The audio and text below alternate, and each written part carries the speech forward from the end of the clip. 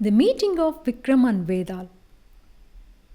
Long ago, on the banks of the sacred river Godavari, stood a magnificent city ruled by the king unlike any other, Vikramaditya.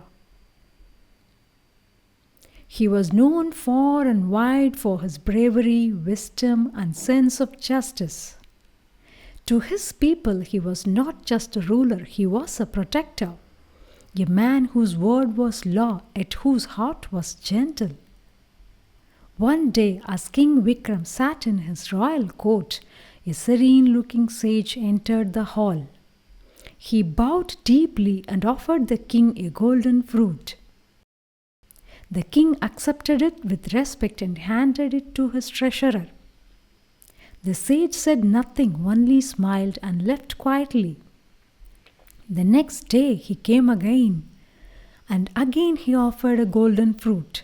The days passed, weeks rolled by, and the same ritual continued. Every single day the sage brought one golden fruit. The king accepted them all politely, though he could not understand the reason behind it. One bright morning, while strolling through his garden, King Vikram noticed a monkey perched on the palace wall. Out of curiosity, he tossed one of the golden fruits to it. The monkey bit into the fruit and suddenly, clink! A shining gem rolled out and sparkled in the sunlight. The king's eyes widened. He rushed to his treasurer and said, "Bring me all the fruits that the sage has given." When they opened them one by one, each fruit revealed a precious gem hidden inside. The court gasped in awe, but the King Vikram, noble and compassionate, donated all the gems to the poor and needy. Still, a question lingered in his mind. Who was this mysterious sage, and what was the purpose behind his strange offering? The next day, when the sage appeared again, the king greeted him and said, "The Holy One, you gifts too precious for me to accept without knowing your purpose. Please tell me, what do you seek from me?" The sage smiled faintly and replied, "O mighty King Vikramaditya, I seek not wealth or fame. I need your courage for a sacred task, a mission that only the pure and fearless heart can fulfill." Without hesitation, the king said, "Tell me what I must do." The sage spoke in a low, steady tone. "Oh, on the next moonless night, travel alone into the deep forest 20 miles from your city. There, beneath an ancient banyan tree, you will find me waiting. Come alone and do exactly as I say." That night arrived, dark and silent, not a single star in the sky. King Vikram wrapped himself in a cloak and with unwavering determination set out into the forest. The trees whispered in the wind. The air was thick and still. But the brave king walked on step by step, guided only by the faint glimmer of his courage. At last, under the shadow of the banyan tree, stood the sage, waiting as promised.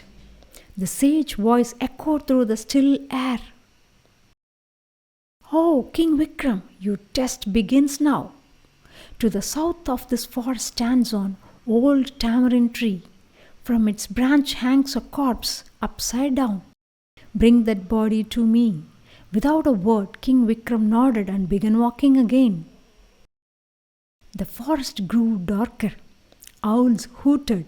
The sound of the dry leaves crackled beneath his feet. At last he saw the tamarind tree, and there, hanging from its branch, was the corpse. The king climbed up, cut the rope, and the body fell to the ground with a thud. Suddenly, the king froze for a moment, then stood firm. The corpse sat up and spoke. "I am Veda, the spirit that dwells within this body. Tell me, King Vikram, why have you disturbed my rest?" Vikram replied calmly, "The sage has asked me to bring you to him." The spirit chuckled. "Ah, so you are the chosen one? Very well, take me if you can." But remember this, our journey is long. To pass the time, I shall tell you stories. Yet here is my condition. If you open your mouth to speak before we reach your destination, I will fly back to this very tree. King Vikram smiled faintly. I accept your challenge.